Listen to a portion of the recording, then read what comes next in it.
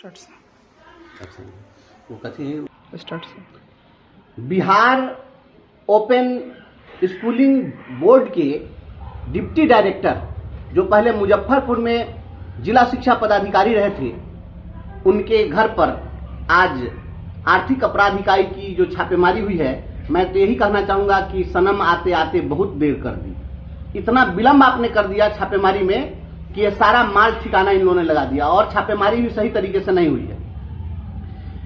इनके पास अगर संपत्ति की सही जांच कराई जाए तो लगभग 100 करोड़ से अधिक की संपत्ति इनके पास होगी। बहुत हैरत हुई कि ये इनको मात्र 3 करोड़ 40 लाख के आसपास की ही संपत्ति जो है अधिक पता चली है कि तो इनके प्रतिष्ठा के खिलाफ बात हो गई। इनके प्रतिष्ठा में तो तब न चार चांद लगता जब इनके पास संपत्ति ये जो वास्तविक जितना इन्होंने अर्जित किया वो होता। 100 करोड़ से अधिक की संपत्ति इन्होंने अर्जित की है। मैं उस समय भी कहता था मुजफ्फरपुर में चीनी वाला बोरा में जो है रुपया भरा करके जा रहा था और सारा मैं मीडिया में बयान दे रहा था, लेकिन कोई सुनने वाला नहीं था।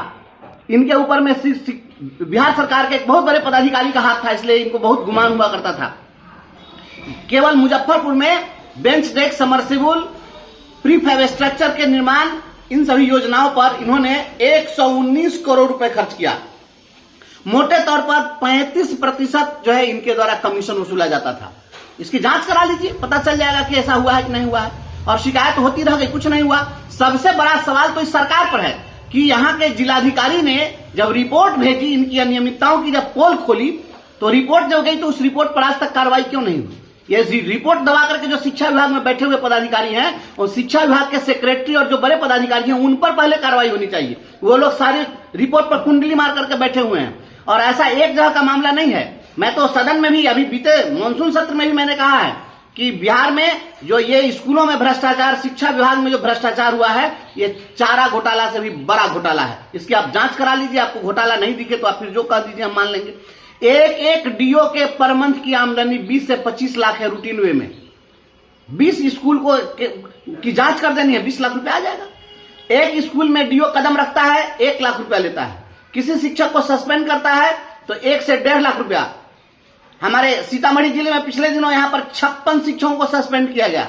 मैंने कहा कि निलंबन उद्योग चल रहा है, फिर उसके बाद में तब उस पर रोक लगी। इस तरीके से हो रहा है। निलंबन का फीस 50,000 से लेकर के 1.5 लाख तक। स्कूल के जांच की फीस 50,000 से 1 लाख रुपए तक। ये तो सरस्वती के डिपार्टमेंट में इतनी लक्ष्मी की कृपा बरस रही है, अब किसी की कोई जरूरत नहीं है, तो पूरा लूटपाट मचा हुआ, कोई सुनने वाला नहीं है। इस पर बार बार हम लोगों ने आवेदन दिया था, बार बार शिकायत की थी। हद तो तब हो गई थी जब मुजफ्फरपुर के कुरहनी ब्लॉक में एक स्कूल में खुद डीओ चले गए और पहले से वहां समरसिबल था। हेड टीचर ने कहा, हेड मास्टर ने कहा कि नहीं, हम दूसरा समरसिबल क्यों करवाए जब ऑलरेडी हमारे पास में है। तो ये लोग पानी निकालने के लिए समरसिबल तो गरवा नहीं रहे थे, रुपया निकालने के लिए गरवा रहे थे। तो समरसिबल दूसरा नहीं कराया तो जाकर हेडमास्टर के साथ इन्होंने मारपीट की और उस मामले में इनके ऊपर भी मुकदमा हुआ, टीचर को डिसमिस किया गया। तो शिक्षकों को इस तरीके से ये लोग धमका करके, गुंडागर्दी करके, शिक्षा विभाग का पदाधिकारी नहीं है, सारा शिक्षक को धमका के, गुंडागर्दी करके सब चीज करवाया गया, पूरा लूट मचाया। और उसके बाद अब इसकी जांच करे विजिलेंस। मैं तो विजिलेंस से आग्रह करूंगा कि इसकी आप जांच करिए कि मुजफ्फरपुर से 4000 फर्जी संचिकाएं गई हैं। 119 करोड़ पहले वाले डीओ ने खर्च दिखाया और उसके बाद लगभग 85-86 करोड़ रुपया ये लोग खर्च किए हैं। 200 करोड़ से अधिक का वारा न्यारा एक जिले में हुआ। इस 200 करोड़ से 500 विद्यालय बन सकते थे, लेकिन वो विद्यालय नहीं बनाया गया और बेंच डेक, समरसेबुल और रखरखाव, मरम्मती के नाम पर लूट लिया।